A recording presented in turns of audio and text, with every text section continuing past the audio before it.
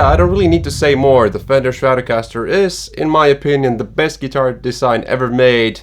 Obviously made in '54, so now we're actually sort of celebrating an anniversary this year, and you can see that all through Fender. But these vintage ones are amazing. This is my pre-CBS Fender Stratocaster. This is somewhere in between a 1962 and a 1963 Fender Strats. I've actually made a video separately about this guitar. But anyways, I'll quickly go through the specs. This has a real Brazilian rosewood neck, so it's just as dark as ebony is nowadays. So if you really think about even Gibson Les Pauls and Fender Stratocasters with rosewood necks these days, they have nothing to do with the real deal when it comes to how dark these fretboards should be. And this guitar has spoiled me. I don't really like most of the Fender Strats that I do have. That is pretty good though. That is American Vintage 2, but I switched the body to be the best color in the world, which is ML Teal. If you ever see this color, remember it's ML Teal, and everyone else using this color anywhere it's my trademark. You cannot use Seafoam Green anywhere. The Fender Stratocaster is an ergonomic masterpiece, if you ask me. I have a bunch of guitars, and for me personally, maybe it's because I started playing on a Strat, but nothing is as good for me when playing ergonomics wise as this guitar. The belly cut is exactly where it needs to be. The arm contour is exactly where it needs to be, and my arm automatically goes perfectly where it has to be here. And this particular one, this 62, 63 Strat actually has an extremely comfortable satin finish, worn by actually playing this guitar, and it's super small. And I actually think that the 61 American Vintage 2 that you can get right now by Fender is really close to this.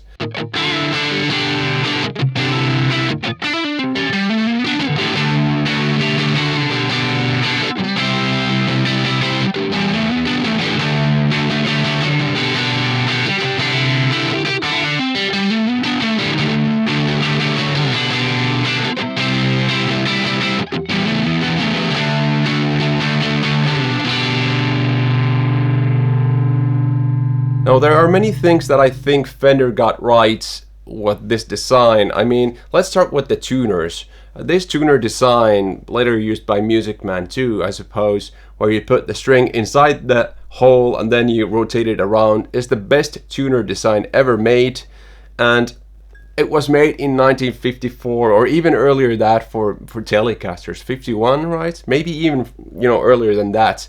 That is the best tuner design ever made for any guitar. You don't have any sharp edges here on the tuning side. You could say the 5-way switch, but really the 5-way switches actually came in the 80s, so actually has the 3-way. But anyways, with this Stratocaster design, many of the Strats actually have the in-between sounds that you can get with this 63, but it actually doesn't have that position. But you get this out-of-phase sound that combines these two pickups or these two pickups, and that is some of the most iconic guitar tones of all time, like Sultans of Swing or John Mayer's sounds or Stevie Ray Vaughan. Now obviously, to keep this balanced, I need to have some constructive criticism for the Fender Stratocaster, I suppose. Nowadays you could say that this could be more ergonomic, as you can see simply by being used.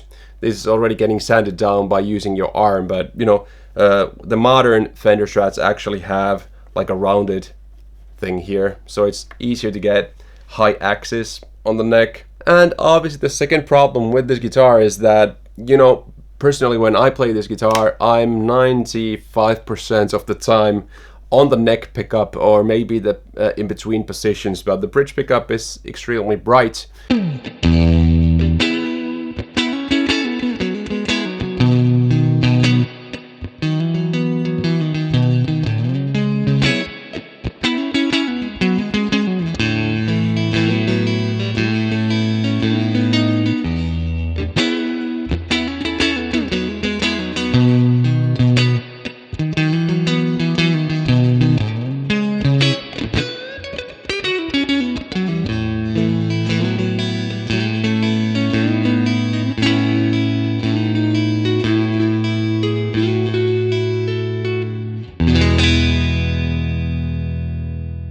Now, something that's really cool about the Fender Stratocaster is that they are the perfect mod platform for guitars. Even these guitars that I have here, like this one, actually the body is not from the 61 Strat. If you didn't know, they don't actually make the seafoam green in the 61 Spec of the American Vintage 2 series.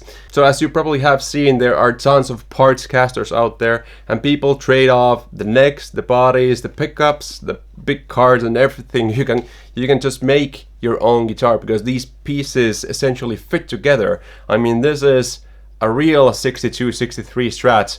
I could take this 2024 American Vintage Strat and take that neck and put it on this and it will fit. I mean, the design has not changed that much, and that's really cool in my opinion. You can essentially mod your own guitar and make it exactly the way you want. Now, if you were to want to buy a Fender Stratocaster and you don't have one yet, I really think that you can get some really great value in the Mexican Fenders. Now, I need to say that most of the Fenders that I get from Mexico actually don't survive here in the winter in Finland, so the wood starts to shrink and I actually have to sand down the fret ends and stuff like that. So for that reason, I actually like to get the American ones. I don't have the problems with those guitars. But the Fender American Vintage series is really good for if you want to get a really authentic vintage spec. The spec that I'm personally going for is going to be before the year 1965. That is when CBS purchased Fender and started saving costs. Obviously, Jimi Hendrix played a CBS 68 Strat, so they weren't all bad after that, but you know, the best of the best that you can get, the ones that Stevie Ray Vaughan, John Mayer, John Frusciante, everyone uses, is somewhere around 62, 63, like this one. And if you think about the PRS Silver Sky, it's based on John Mayer's 63 Strat. Now, for the main criticism that I have for the Fender Stratocaster is that it isn't necessarily traditionally capable of making heavy metal sounds. It does sound cool, but it's not the kind of heavy chuggy sound that most of us think about when thinking about modern metal. But it can pull it off.